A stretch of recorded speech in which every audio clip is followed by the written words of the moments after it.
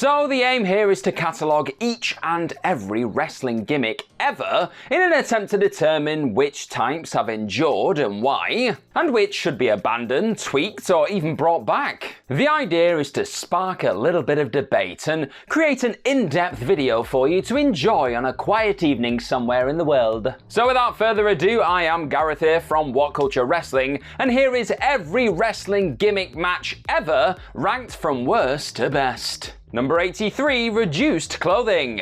This covers your evening gown and bra and panties matches and the like, and they're all gross. If you insist on molesting yourself, then do it to content made by 100% willing participants. Yeah, moving on. Number 82, Substance. The Substance match is ironically named on Wikipedia, since it is invariably a very shallow affair designed to build towards either a slapstick spot or an ugly excuse for Jerry Lawler to rip it clean off. Sorry for that visual. The former saw Hunter Hearst Helmsley get slopped in pig crap by Phineas Godwin. The latter was presented regularly in mud and gravy as a way of titillating the lads. Yay, they're all awful. Number 81, Non-Wrestling. This entry covers your matches where wrestlers were involved in matches where there wasn't really any wrestling. No, this doesn't cover your average NXT match, you naughty person, but rather boxing matches, sumo matches, arm wrestling matches, oh there are so many more. They're all, every single last one of them, irredeemably terrible though, aren't they? Object-defeating exercises that present a version of a match that's infinitely worse than the real thing to people who don't really care about the sport or whatever that thing is in the first place. It's just pointless. Number 80, Blindfold.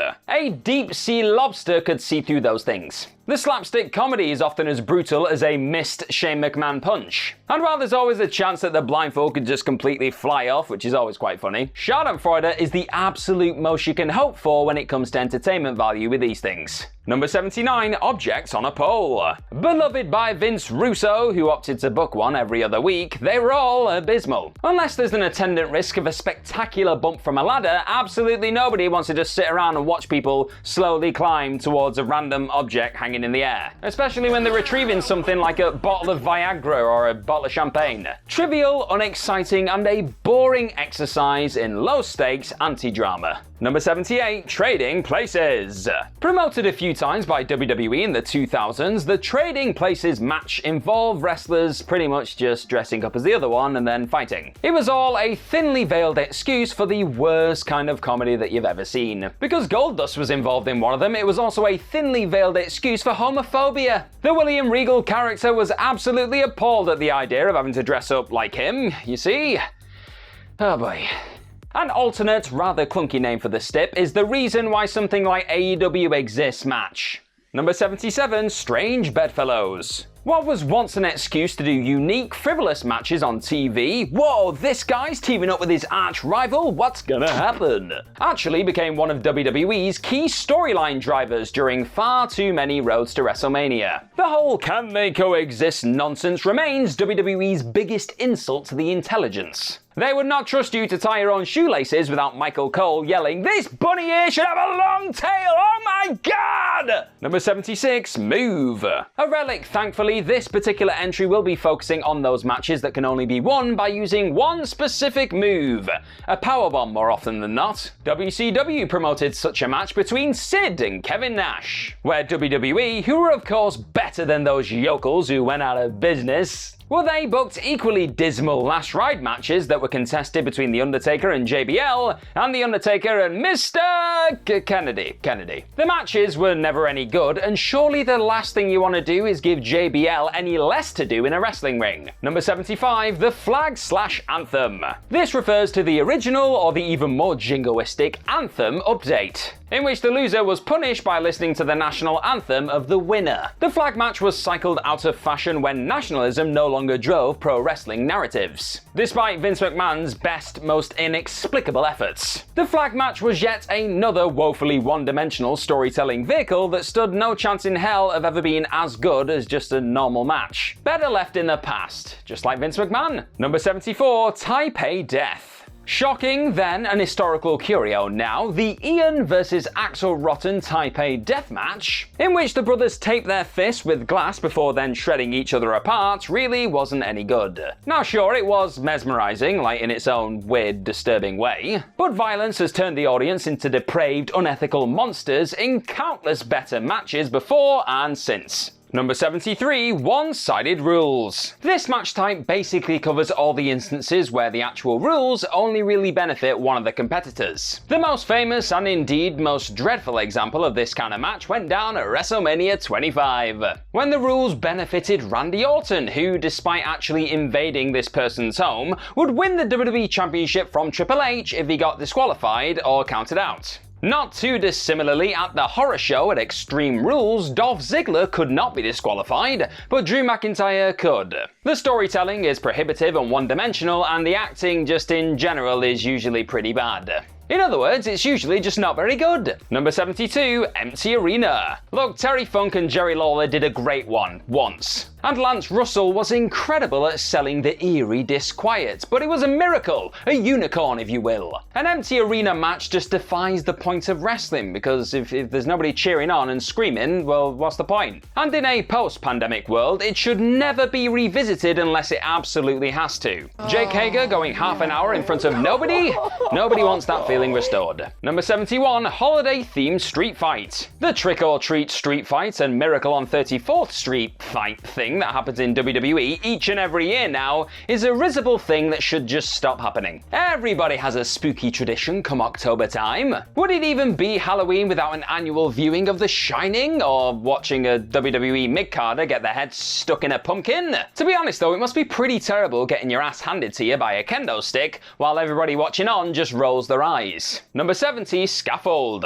The Scaffold match died a pretty quiet death for a reason. It enforced a sort of anti-action, in that wrestlers had to tentatively walk at a pretty dangerous height, so they were just trying to save themselves from falling off rather than just trying to push somebody else off. The idea was to either capture a flag or throw your opponent to the ground.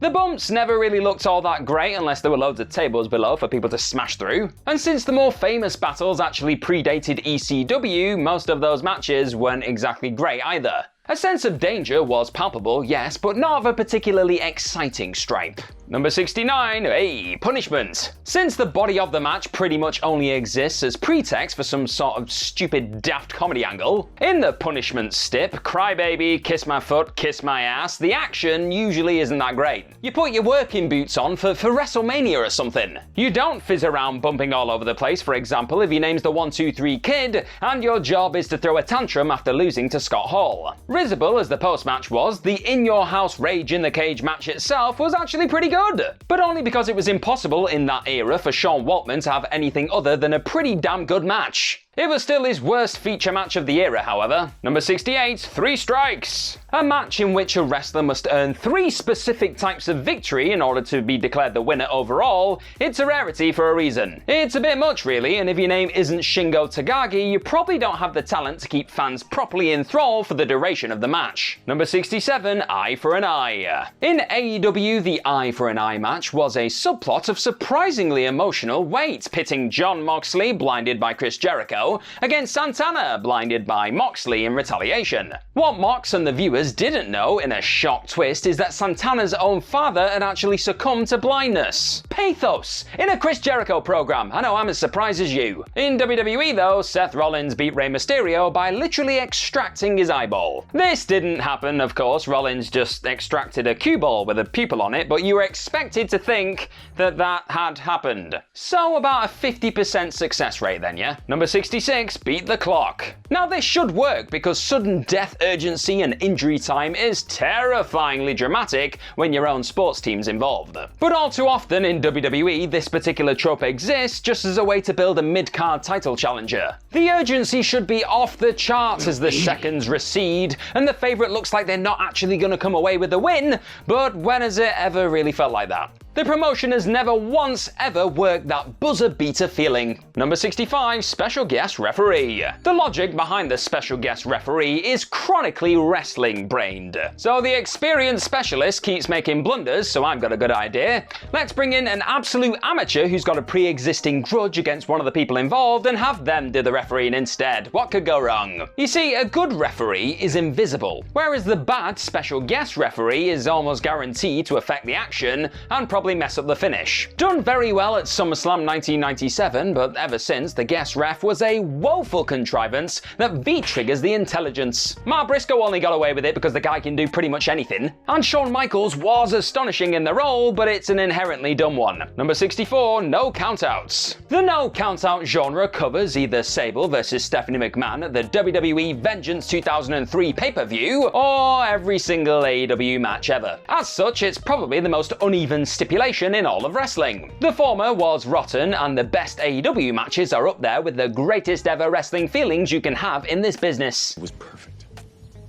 Perfect. Everything, down to the last minute details. Number 63, Lumberjack. An antique of a stip, it's fundamentally very silly and it's as boring as ever. Now that the vast majority of wrestlers have forgotten how to work a match without some crazy apron spot, the idea that heel wrestlers are automatically driven to punch any babyface they can see around them in the face is, well, it's a stupid conceit, isn't it? Painfully one-dimensional character work, mediocre action, and a match which everyone pretty much rolls their eyes at whenever they hear it's coming. It's actually pretty miraculous that Wardlow and Luchasaurus managed to create a decent version of it in 2020. Number 62, One Weapon. Oh, just have a no DQ match and be done with it, come on. Because unless the weapon of choice is a ladder or a table, it's probably not going to be any good. A chairs match, for example, is a concept as boring as it is dumb. A wrestler obediently just using one weapon completely defeats the point of a brawl where you're not trying to win, you're trying to survive. And the repetitive structure of such a match also betrays the point of a plunder brawl. Let's be honest, this gimmick match is just used to pad out the undercard on a pay-per-view and nothing else. Number 61, Spin the Wheel, Make the Deal. This entry, covering the various standards and one-offs randomly selected at the WCW and NXT Halloween Havoc events, ranks pretty lowly because nostalgia is deceptive. A violent plunder match should, mean something, otherwise why waste your bump card?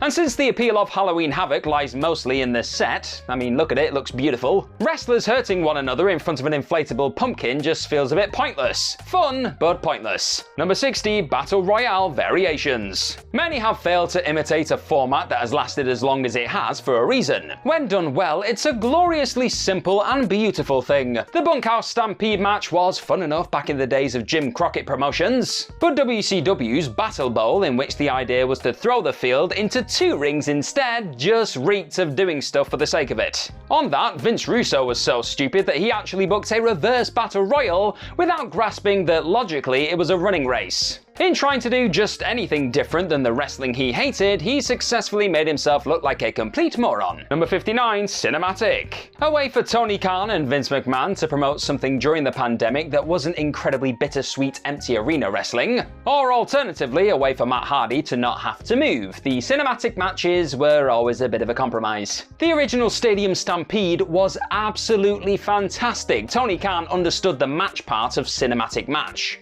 WWE, meanwhile, never really got the match part, did they? Though the Bray Wyatt vs John Cena Firefly Funhouse match was as bold and artful as anything the company have really booked, to be honest. A surreal journey into the flawed psyche of its PG hero. Everything else they did in the parameters of the form was utterly dreadful. Number 58, Lesser Steel Cage Variations. Remember when JBL and Big Show worked a barbed wire steel cage match? With barely any flesh-ripping gore.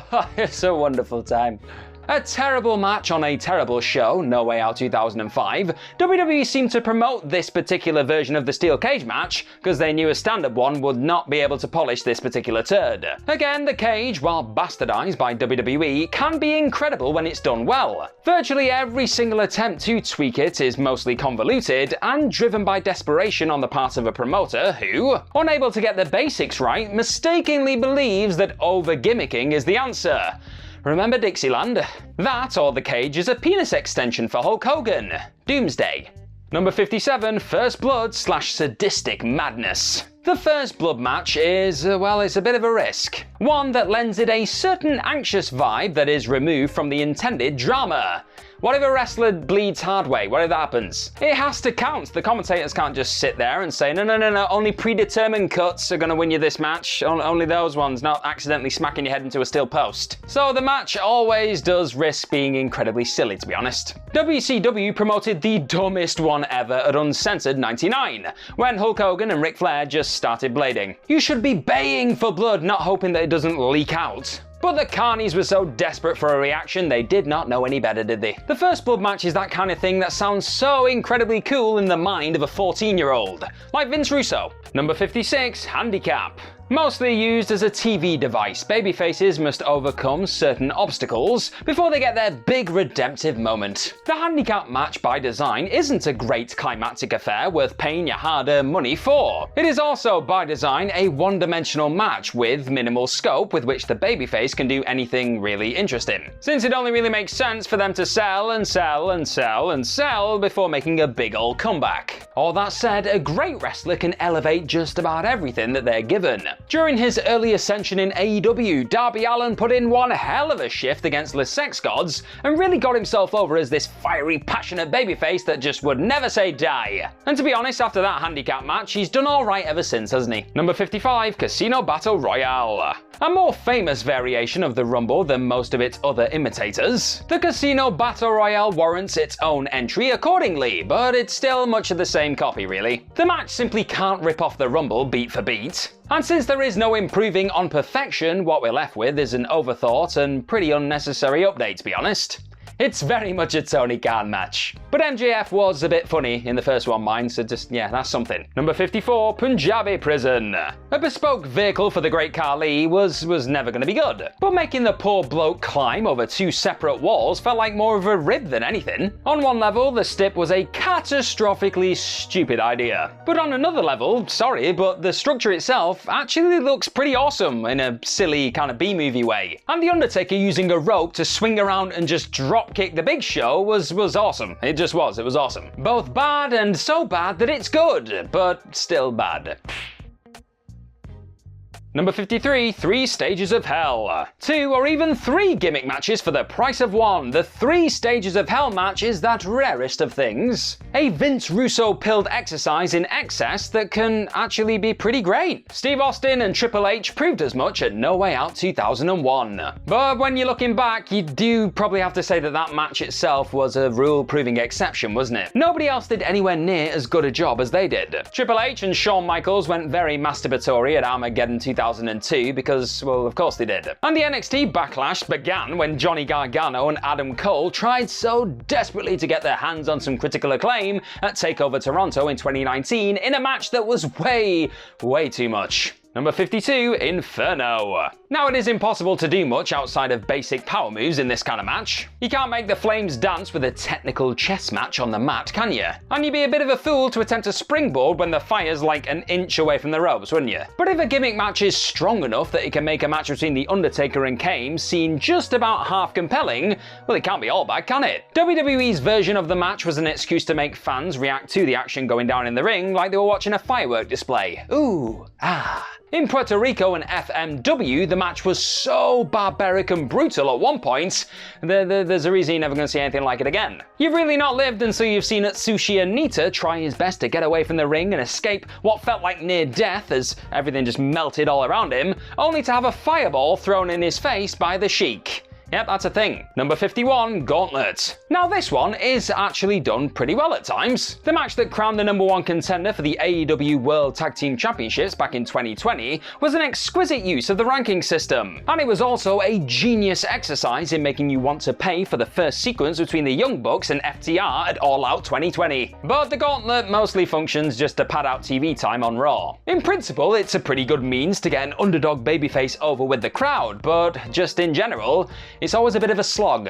Every criticism aimed at the Iron Man match, that most of the match itself doesn't really count, should really be aimed at this particular bout, which is just an excuse to give the writers team a bit of a rest. Number 50, Royal Rumble Variations. Now, it's easy to see why a promoter would try and emulate the success and the wonder of the Royal Rumble match, but Pat Patterson, that guy, he perfected it. There's just no improving on the formula of the match, even if the action itself is probably due a bit of an update in the 21st century. The New Japan Pro Wrestling Ranbo is a cherished Wrestle Kingdom institution, but that's only really because you often see a really mad out-of-nowhere name just entering out of nowhere, and as a result of the generally loose and shrugging way in which it's worked. MLW and Lucha Underground have both promoted variations of this particular match that can only be won by pinfall and submission, but both just really operated as an excuse to try one because, well, why wouldn't you? Number 49, ladder variations. King of the Mountain was TNA distilled, an interesting and dumb series of ideas that cancel one another out towards virtual irrelevance. That step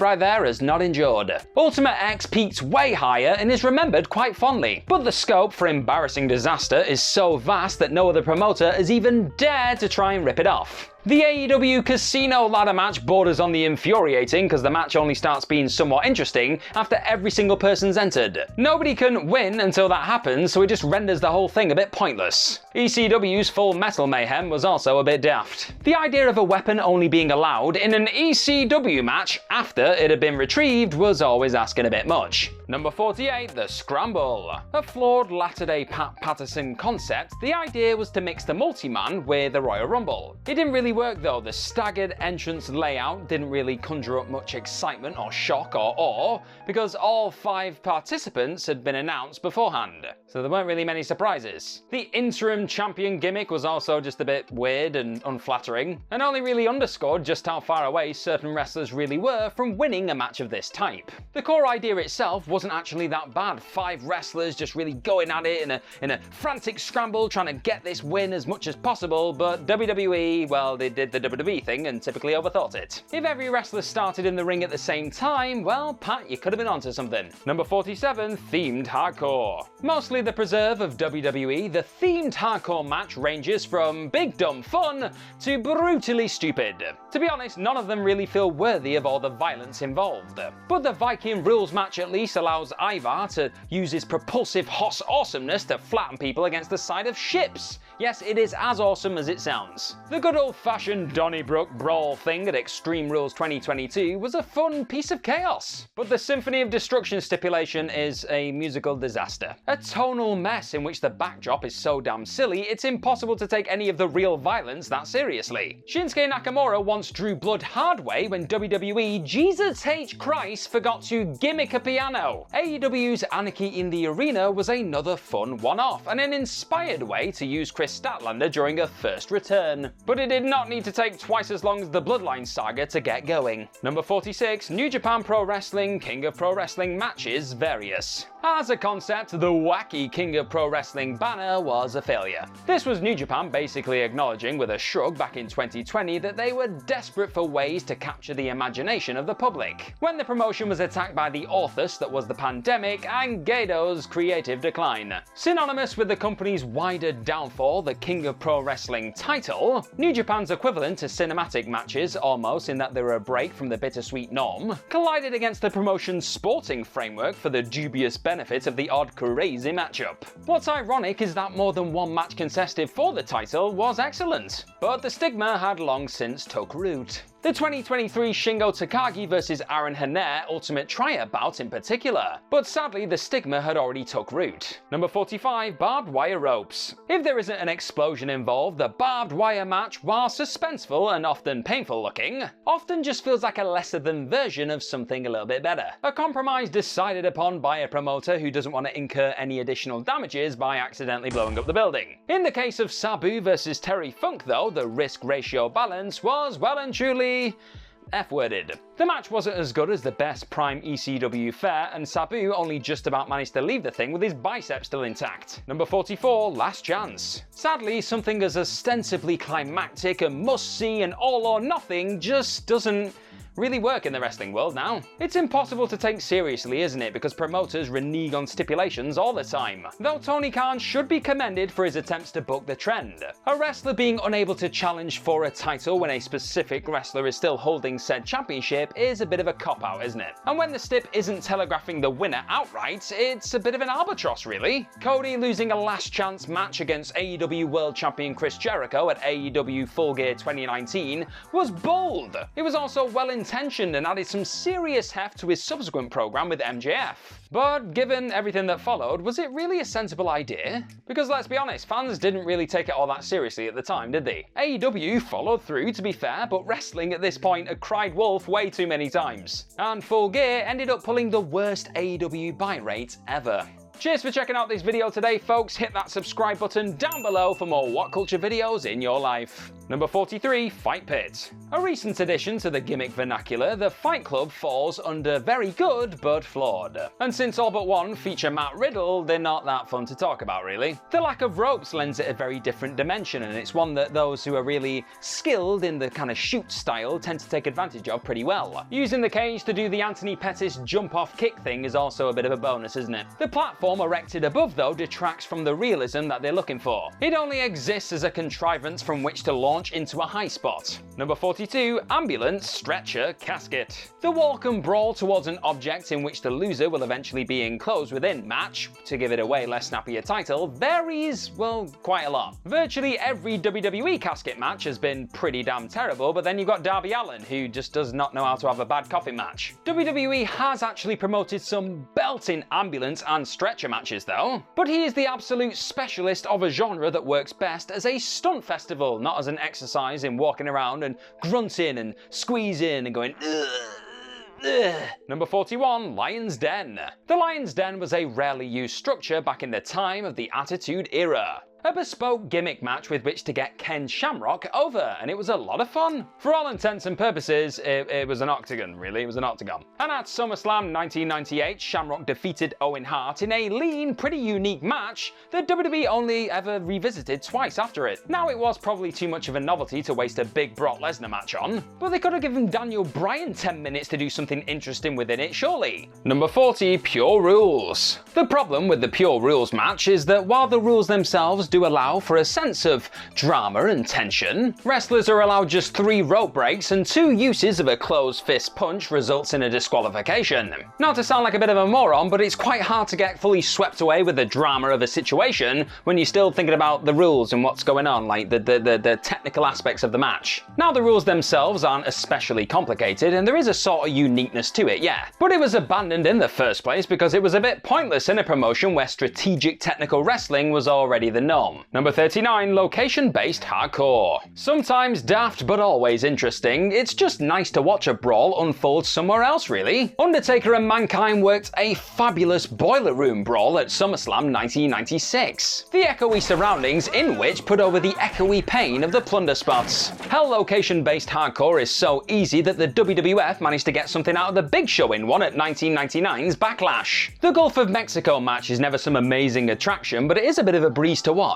Even the Attitude Era dungeon match worked pretty well for its day. This is a watchable distraction at best. But at its worst, the Ganryujima Island death match, the location encourages tedious grappling for literally hours on end. Number 38, Best of Series. A rematch slash TV time generator so easy to book, it's a wonder you don't see the Best of 7 series on US TV more often. But it is a rare thing that usually never really lives up to potential. It worked in an era when good wrestling just for the sake of good wrestling was more of a novelty, but was only recently dusted off during the Elite vs Death Triangle series. Now, that did peak at spectacular, but in what is pretty much an indictment on the idea as a whole, 6 of the most exciting and detail-oriented wrestlers on planet Earth ran out of ideas halfway through and just stipped up the latter half. There's always the danger that the series is going to peak before the finish. Number 37, Explosion Variations. The names invariably are considerably more badass than the matches themselves. The Yokohama Amazon River Deathmatch. Swimming Pool Deathmatch. Anus Explosion Deathmatch. Yep, that's real. These names promise the most outrageous spectacles ever to land on any screen or in any form of entertainment. But in reality, they were promoted when the deathmatch boom was busting. They were just gimmicks piled on top of more gimmicks. And they all drifted further and further away from the gripping premise of move an inch and you'll be exploded. Number 36, Iron Survivor. It was thought for a long time that Money in the Bank was the last great WWE gimmick creation. And while Iron Survivor is probably a bit too convoluted to one day carry its own PLE, it is still also the best WWE creation in absolute years when it comes to matches. A much better update on the Scramble, the idea of the whole thing is for specific wrestlers to all pick up as many points as they can. Winning a a fall earns you a point, but then taking one earns you a spell in a penalty box for 90 seconds. The time limit drama is hair-raising, and thus far the stip has proven its worth in getting the opportunistic heel and never say die babyface over alike. All in all, it's great stuff. Number 35, Submission. Shockingly, a match that sacrifices near-fall drama is only really worth the compromise when contested between two technical specialists. Or, at least in the case of Steve Austin versus Bret Hart, a technical legend of submissions and then another bloke who'd sooner bleed out and die than give up. Embarrassment of riches, as they say. WWE in later years often used the match as pretext to do more annoying Montreal stuff. Though the Submissions Count Anywhere match contested between Daniel Bryan, John Morrison, and of all people The Miz was a fun, novel take on the idea. Even a theoretical submission match between someone like Bryan Danielson and Zack Sabre Jr., however, would completely undermine the dynamic. A great technical wrestler can and probably should use the weight of their opponent to score a flash pin, right? And in a submission match, you're just not allowed to do that, so it's all a bit weird. Number 34, Loser Leaves Town. A huge draw and convincing attraction back in the territory era, when wrestlers did actually, leave towns and didn't spend decades within WWE, winning 6 Intercontinental Championships in matches that nobody really remembers. In the internet age, this match just feels like an obligation to do business on the way out. Fans already know who has one foot out of the door already before the match even starts, so it just completely undermines the stipulation. So much so that wrestlers do just end up losing the last match in a promotion anyway without this stipulation even attached. So yeah, it was good for a time, but nowadays you can just see it coming really, so it's just lost a lot of its effectiveness. Number 3, Triple Threat and Three-Way Dance. Used mostly when a booker/promoter wants to save a match of real consequence. In modern times, you typically see a triple threat or a three-way dance when there are no real plans for the person holding the belt to drop it very early on in their reign. That's right! That being said, the match itself is usually pretty exciting in a compromised way. The turn-taking aspect is a little bit irritating because the person selling on the outside would have no doubt popped up within 10 seconds if they'd taken the same amount of damage in a singles match. Get some creative minds in there, however, and you can have your breath well and truly taken away by some absolutely spectacular sequences. But more often than not, the dance is a booking crutch that has aged out of fashion, sadly. Number 32, the multi-competitor elimination. The great aspect of the multi-competitor genre will be explored in the very next entry, actually. But while the elimination variation is almost just as fun, the white knuckle series of out-of-nowhere saves is sorely missed in the finishing stretch. Although the recently rebooted ROH Survival of the Fittest match that went down at last year's final battle was absolutely superb.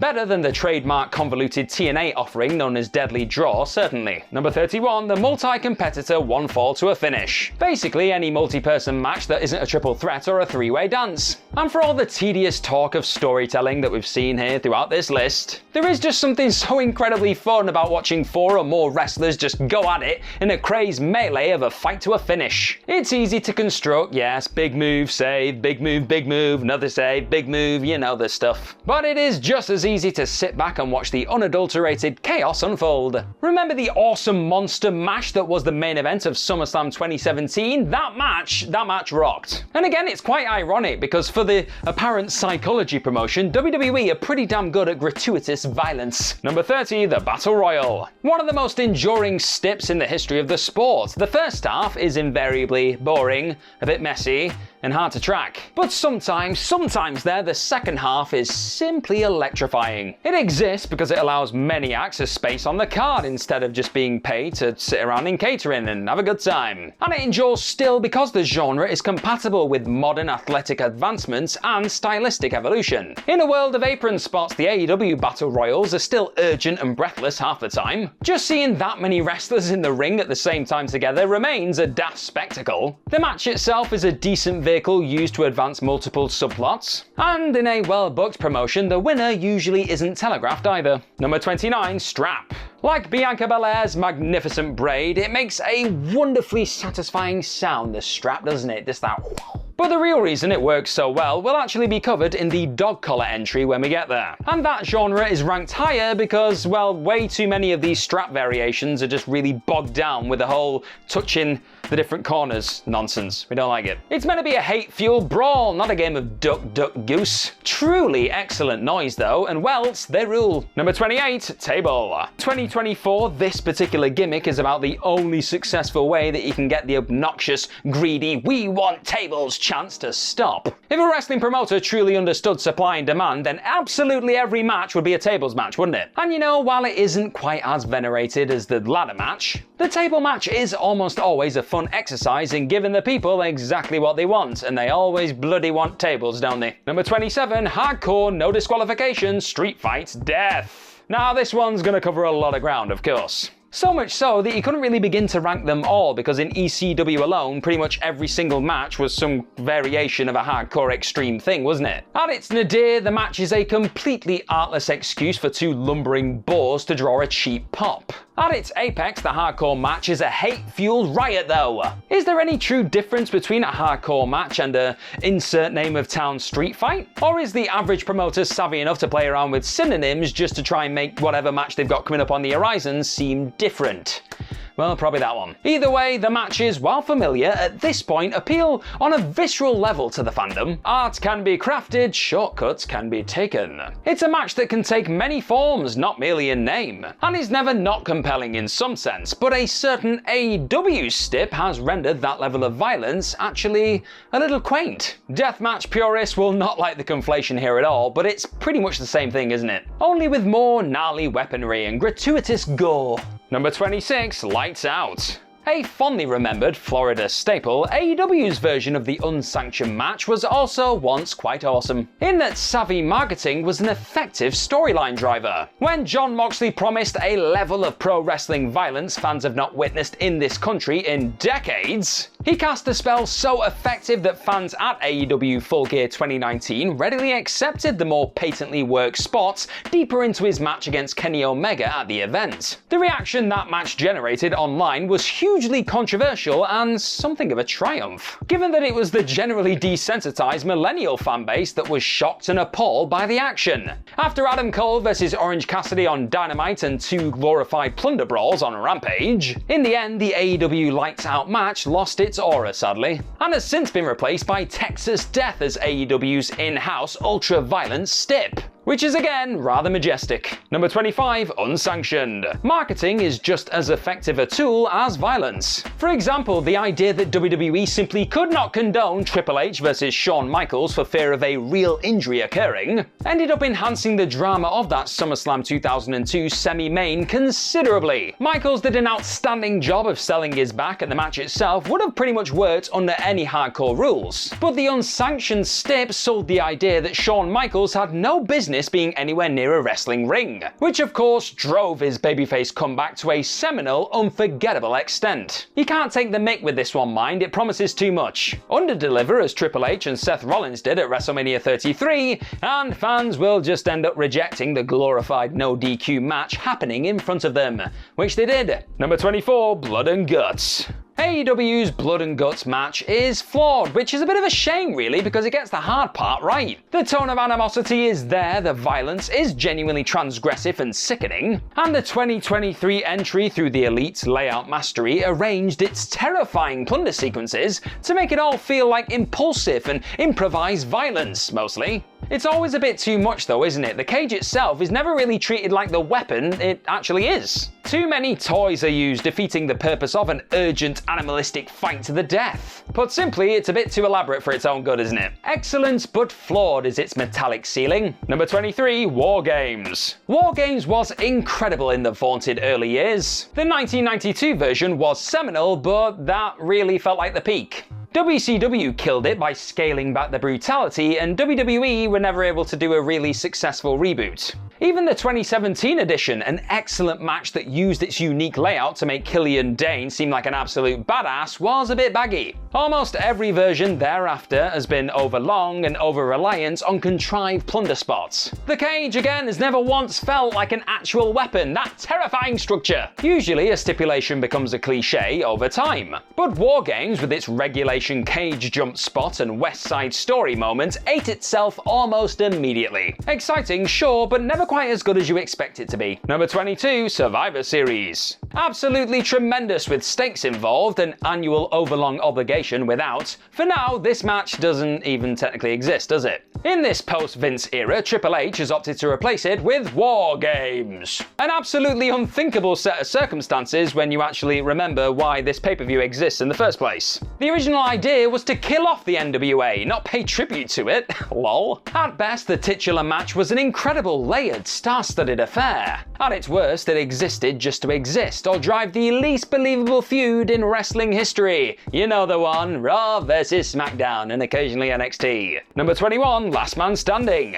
Often pretty great, Last Man Standing for a while became a pretty reliable stipulation on the WWE B pay-per-view circuit. A well-agented arrangement of powerful plunder spots, once you get over the annoying 10 counts at the start that are just never going to be believable, are they? The genre has gifted WWE fans with some of its greatest output ever. Just look at Becky Lynch vs Charlotte Flair at Evolution, that is a masterpiece. And it also cast John Cena in his greatest ever role too.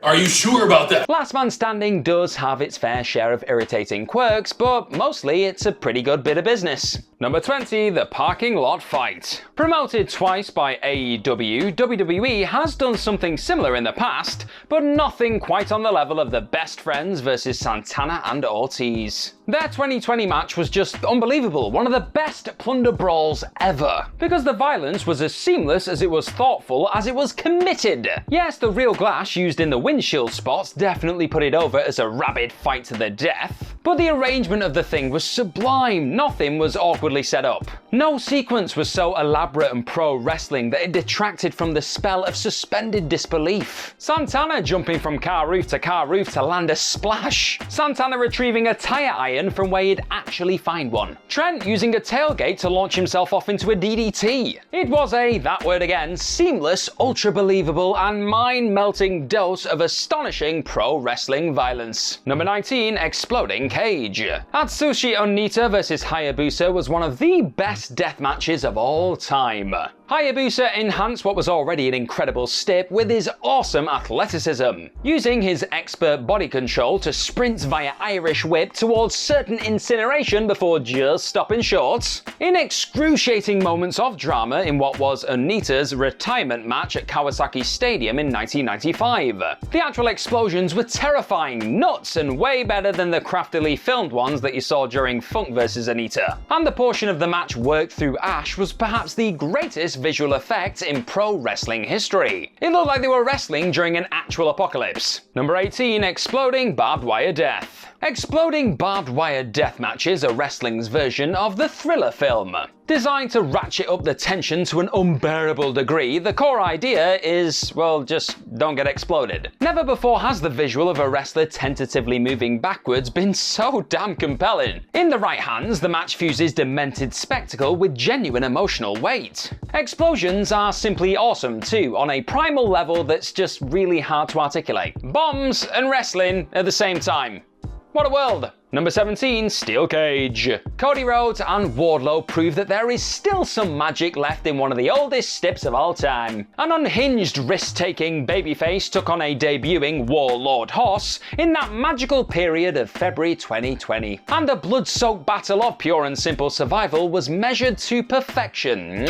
What WWE has been playing out with the stipulation for the last few decades is anyone's guess. That the commentators still insist that interference is not possible when somebody breaks in absolutely every time you have this kind of match is, well, it's consistently insulting. But the gimmick match is still a hit every now and then. Number 16, Retirement. Wrestling fans will never learn, will they?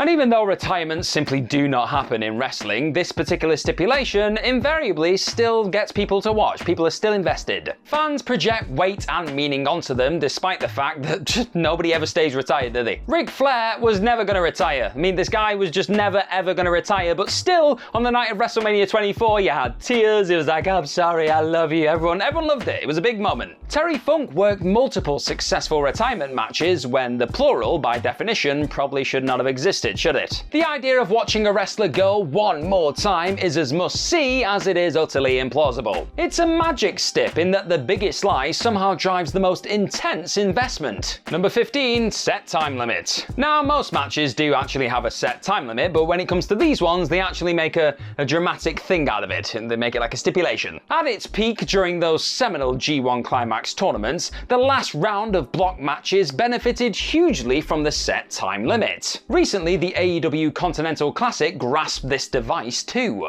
The panic of a crowd swept up in the do or die meaning of it all. Commentators losing their minds and voices at the same time, the continuous struggle of it all. Done right, it's never more easy to believe in this wrestling stuff when the time just rapidly runs out. The secret to great wrestling isn't cinema or high spots, it's pacing and timing, folks. Number 14, falls count anywhere. You'd have to be a pretty bad wrestler not to get fans going absolutely crazy just at the visual of you walking past them and beating somebody up. It's like, there's a wrestler there, I know that's an actual wrestler and they're kicking someone's ass in front of my face. It's awesome. And obviously the fact that falls do in fact count anywhere widens the scope for backstage chaos and wild stunts. What's not to like? It's only possible to do a bad falls count anywhere match if you do not possess a creative bone in your body. A match that can be both hysterically funny with slapstick and ultra violent with plunder. It can also hide the limitations of those involved. A guaranteed recipe for entertainment. Number 13, Luchas de Aestus. In Mexico, the grand tradition of mask versus hair and the various derivatives is an eternally brilliant fusion of stakes, theatre, personal animosity, and mystery. You're guaranteed to see something that you've never seen before, and that something usually means the absolute world to the people involved. The deepest source of personal pride is on the line, baby. It is drama idealized, wrestling idealized even. Number 12, Elimination Chamber. While it has never reached the same peaks, Elimination Chamber has proven itself a more consistent attraction than Hell in a Cell over the last couple of years. Now that the structure itself has undergone a redesign, you see none of the understandably awkward and tentative bumps to the steel grids that separate the ropes from the cage. And that space allows for some properly cool spots. The visual of a body getting smashed through one of the actual pods as well has lost none of its potency over the years either. And the multi-person match structure now allows WWE to interweave various beats on the road to WrestleMania. The layout is also useful in portraying a wrestler as an absolute killer like Goldberg and Shayna Baszler, or crafting what probably remains the best match within a match in WWE history. I'm talking about Daniel Bryan and Santino Marella. That was epic, and more epic than it had any right to be. The match is now showing its age, but only once was it anything less than very good. Number 11, Dog Collar. The hit rate on the Dog Collar match is outrageous. And distinct from something awful like the chairs match, there being only one primary weapon works in its favour. The weapon is heavy duty, looks like it sucks to take. And the idea that the wrestlers are bound together lends the match a hateful intimacy. There's just one thing that the wrestlers are literally bound and determined to do, and that is pummel their enemy absolutely senseless. It's almost a perfect stip, but there's one ultimately quite trivial problem.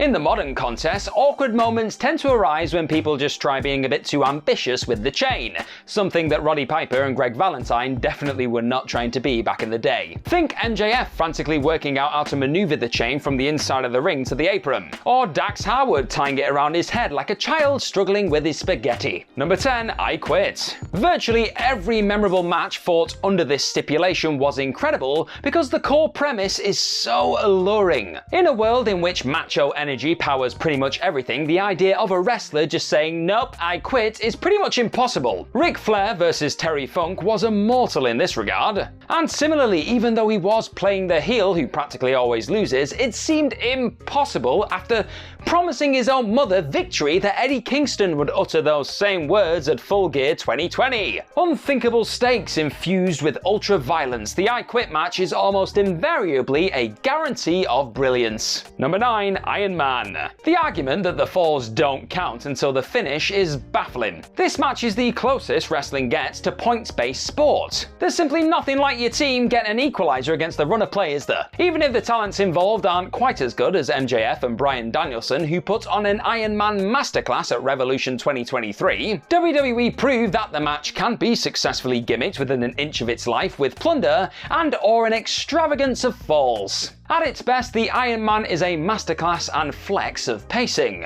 And pacing is what separates a very good match from a great one. Number 8, Cage of Death, ROH vs CZW only. ROH and CZW in collaboration for a magical period in 2006 utterly embarrassed countless wrestling promotions on many different levels. The intricate, subplot-rich interpromotional rivalry blew the WWE ECW crap out of the water like a breaching orca. The premise, the snooty technical league fighting for territory against the boorish deathmatch savages, was as believable as pro wrestling conflict gets. Moreover, in promoting the phenomenal Cage of Death blow-off, ROH and CZW rebooted the spirit of War Games to better artistic effect than AEW, NXT, and WWE's main roster. Violent, dramatic, unpredictable, and euphoric. That masterpiece grasped the core idea of vengeance better than the NWA did during its pop. Chris Hero entered an all-time F around and find out performance by first lounging around on the ropes, watching his evil master plan unfold before then eating a fork to the face by the cult hero that was Homicide. In 2 words, utter perfection. Number 7, Ladder/TLC.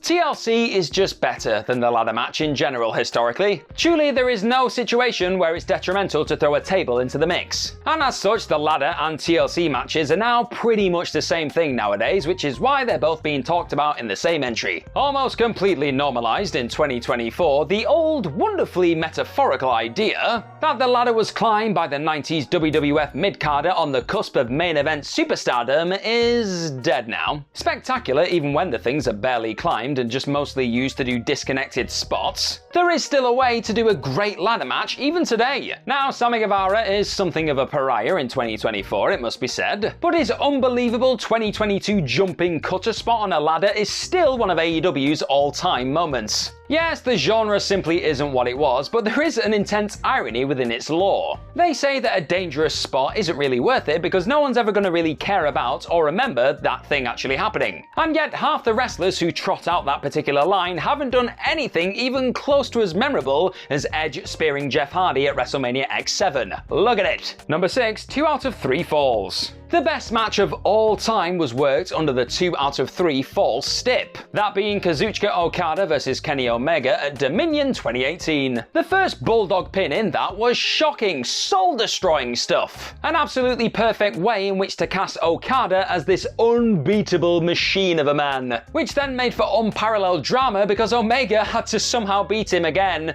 twice. FTR are an amazing team who can lean into self-indulgence at times, but their grasp of the stipulation is masterful, or it just gives them a reason to go long, I don't know. As long as that first fall feels like there can be no coming back from it, this kind of match yields unrelenting drama, and most promoters are astute enough to only allocate this kind of mammoth match time to wrestlers who know how to work this kind of match. Number 5, Money in the Bank. WWE has perfected the Money in the Bank match to such an exhilarating extent that AEW, a company that probably boasts more exciting high-flying talent than WWE and lets them do some crazier stuff, let's be honest, has still struggled to top Money in the Bank with their Face of the Revolution ladder match. The match is a nigh-on perfect infusion of white-knuckle action and stakes, since the audience is aware that they are watching the world champion-elect. And since that future world champion is not quite on the level of the act destined to headline WrestleMania, the match is actually often more unpredictable than even the Royal Rumble. That's not to state that the match is as important or as iconic, but while it borders on sacrilege,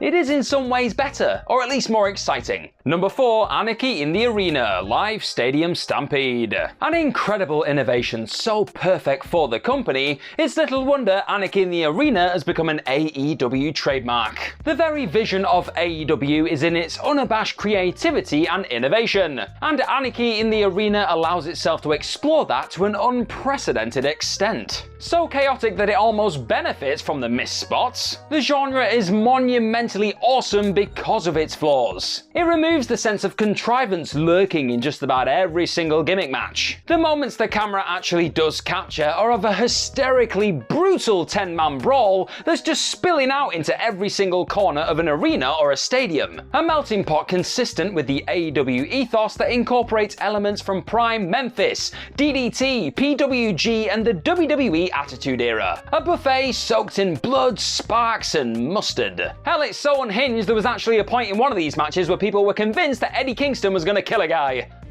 And it's still not AEW's best gimmick match. Number 3, Texas Death. The Texas Deathmatch was a great attraction back in the day, but it is very much a better and quite different beast today. This is probably a bit naive, but it would be awesome if Tony Khan actually realised what he had on his hands with Texas Death and promoted it as like a once or twice a year kind of deal. Because you'll never really be able to get this particular aura back if you lose it. And in a total masterstroke, the AEW Texas Deathmatch has managed to restore that primal, terrifying feeling of what violence in pro wrestling should be. It's not merely in the violence itself, it's in the way it's all registered. John Moxley wildly stabbing at Lance Archer with a fork. Swerve Strickland conveying to Hangman Page that he cannot be killed and cannot be stopped by just stapling himself in the head. Hangman Page drinking Swerve's flipping blood to prove that he can. The AEW Texas Deathmatch is just horrifying, magical brilliance, isn't it? Number 2, Hell in a Cell. A stip that ranges from utterly seminal to enclosed, mediocre plunder brawl. It'll never reach the heights of The Undertaker versus Shawn Michaels and should never reach the actual heights of The Undertaker versus Mankind because that was insanity. The original remains the best, and The Undertaker has never felt quite as terrifying as when he was beating the hell out of a claret-drenched Shawn Michaels in 1997. Triple H knew how to craft one in his prime, entering several classic performances. In recent years, amid many glorified no DQ matches, Randy Orton and Jeff Hardy did some excellent torture-themed stuff within the Red Cage. After which the women, Becky Lynch, Bayley, and Sasha Banks most notably, quietly redefined the stip using the right angles of the cell walls to add another dimension of creativity. For its peaks, Hell in a Cell is right up there with the best of the best. And as Cody Rhodes proved in 2022, it remains a real test of a performer's mettle. Number 1, the Royal Rumble. So iconic that it has even entered the wider mainstream lexicon. The WWE Royal Rumble is literally a perfect formula for a special pro wrestling attraction. This is a match that can enshrine wrestlers into legend,